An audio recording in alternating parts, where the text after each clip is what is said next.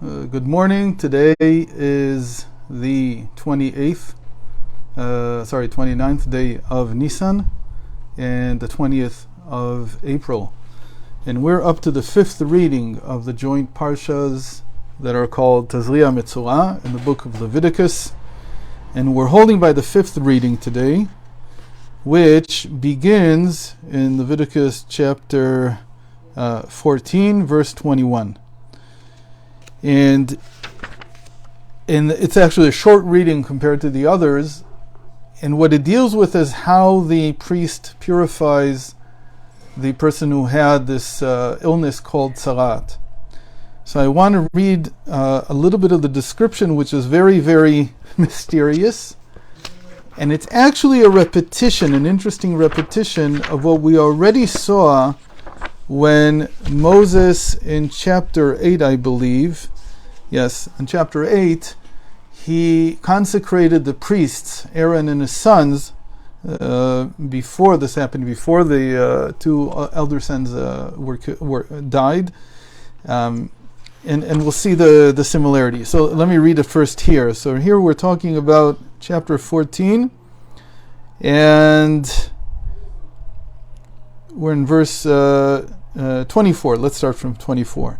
The priest must then take the guilt offering lamb and the log. Log is a quantity of oil, which is about a pint. Bring them inside the court. 2 pints. Bring them inside the courtyard, and the priest must wave them as a wave offering before God. He must slaughter the guilt offering lamb. This is all these things. The person who's purifying himself from leprosy, from tzarat, brings on the 8th day. So he offers the guilt offering lamb, and then he takes some of the blood of the guilt offering and applies it on the middle ridge of the right ear of the person being purified, meaning right here. We know this place already, that this is a location that is used to signify the ear itself. We don't put anything inside the ear, but this ridge, the one that's in the middle, is where all the action happens when we relate to the ear in anything related to Torah. We saw this in Parshat Mishpatim, that when there is a Hebrew servant, a Jewish servant who wants to remain with his master beyond the 7-year limit, so he's taken to the court, and they pierce this middle lobe. So this is the lobe, and he puts blood on it at first. And on the thumb of his right hand, and on the big toe of his right foot. This is very mysterious and strange. The priest must then pour some of the oil onto the priest's own left palm. Now he's taking from the oil. And the priest must sprinkle with his right index finger some of the oil that is in his left palm 7 times in the direction of the Holy of Holies, this being considered before God. And the priest must then apply some of the remainder of the oil that is in his palm onto the middle ridge. Now he puts the oil here on the middle ridge of the right ear of the person being purified, on the thumb of his right hand, and on the big toe of his right foot, on the same place where he just applied the blood of the guilt offering. So this is a very strange procedure. It's not clear at all. What does this symbolize? I just want to, again, remind us that we saw something very similar that happened in Parshat Tzav, more like 4 weeks ago, because of Pesach. And there it was in chapter 8 and verse 23. So Moses slaughtered it and took some of the blood on his finger and placed it on the middle ridge of Aaron's right ear, on Aaron's right thumb, and on the big toe of Aaron's right foot. He did something very similar with one of the offerings that were used to consecrate the priests. So what we want to try to understand is the symbolism. Not much has been written about it, but enough has been written. The one who really opens this up is who we know as the Rabbeinu Bechaya ibn Pakuda. He has a commentary on the entire Torah, and his commentary was it's what we would call somewhere on the intersection between philosophy and Kabbalah, somewhere in the middle, because that was how the early Kabbalah was. It was written in the language of philosophy, but it contained mystical ideas, or what's called mystical ideas, spiritual ideas. So he writes that very simply, these three parts of the body, the head, the chest, and meaning the torso, and the feet, represent the three lower worlds that we call Bria, Yetzira, Asiyah. This is very simple, actually. The correspondence is beautiful. The brain is situated, the mind, everything that happens in the mind is situated in the head. And so the middle of it, and you can see it in my head, it's very clear that the middle of the head, a lot of people think it's the eyes, but it's not. It's actually the middle of the ear. The middle of the ear is exactly the same height. It's supposed to be exactly the same height if I was proportional as the crest of the nose. It's exactly supposed to be the same height, and that marks exactly the middle of the face. We're not going to get into it now, but the Arizal has a tremendous amount about the division of the face into parts, into a third and two-thirds, which is called the golden section. This was something that was very popular in his time, and he took it and he developed it further and so on. Then we have a very interesting thing that if I would stand up, you would see this clearly, that the navel is the exact middle of the body. It's the exact middle of the torso. Is that correct what I'm saying? You know what? I don't remember if it's a navel or not. But when I put my hands down, where my thumbs reach is the half of my height.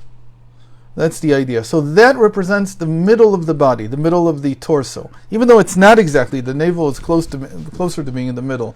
But when I look at my entire height, where my thumbs will reach is the middle of my height, the middle of my torso. And then on my feet, the thumb, the big finger on my feet represents the foot, the lower parts of the body. Here we don't have something that's in the middle as far as I know, but it still represents, it's still considered to be the main organ of the feet. You probably know this, that if a person doesn't have thumbs, it's very hard for them to balance, meaning if it doesn't have his big toe in his foot, it's very hard for him to balance. The feet don't work so well. Okay, so we have here the head, which represents the world of creation, which is the world of thought. We have the torso, which represents the world of emotions, what we call the world of formation. And then the bottom is called the world of action.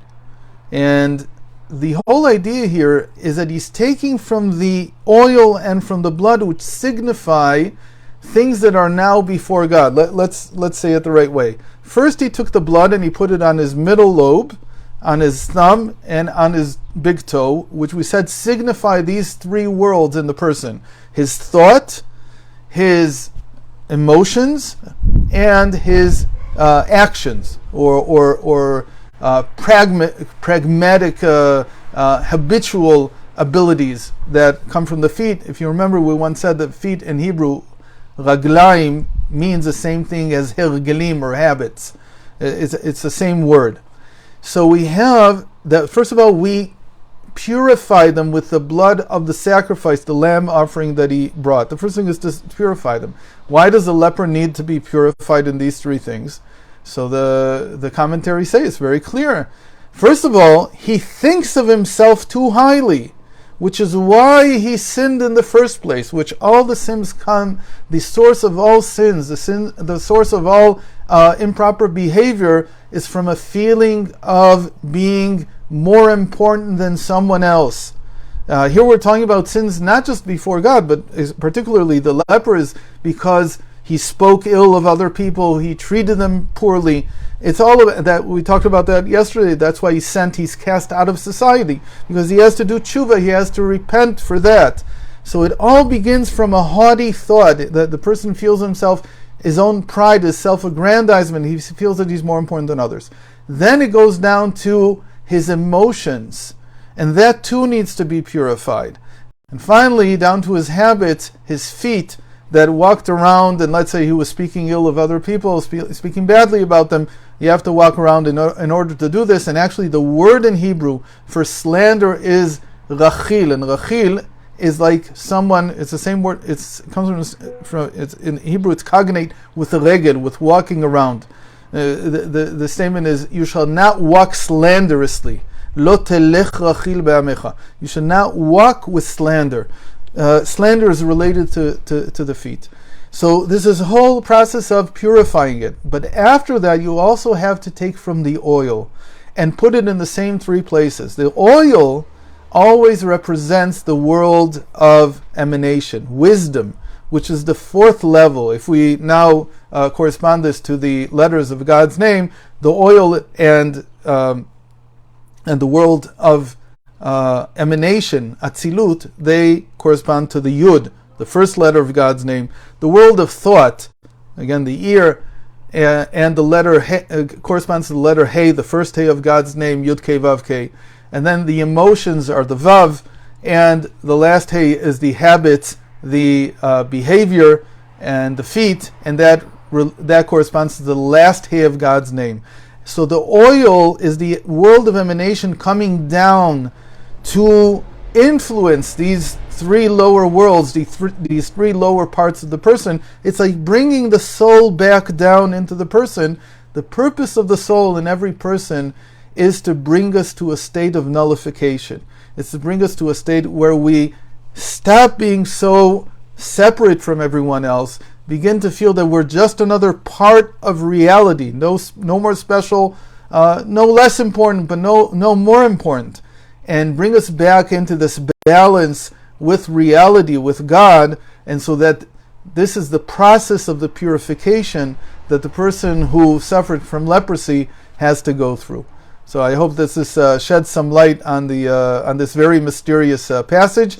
We didn't have time to explain why Aaron went through the same thing, but in short, it has to do with what he did with the sin of the golden calf. That's one explanation. Another explanation is, and that requires more discussion, is that these were the signs that Jacob had given Rachel for their wedding night so that he would know who she was. And she, in her modesty and in her love of her sister, she passed these secret signs on to Leah, and that therefore Jacob didn't know the better. He didn't know that it was Leah and not his intended wife, Rachel, but that we need to speak about at a completely different opportunity.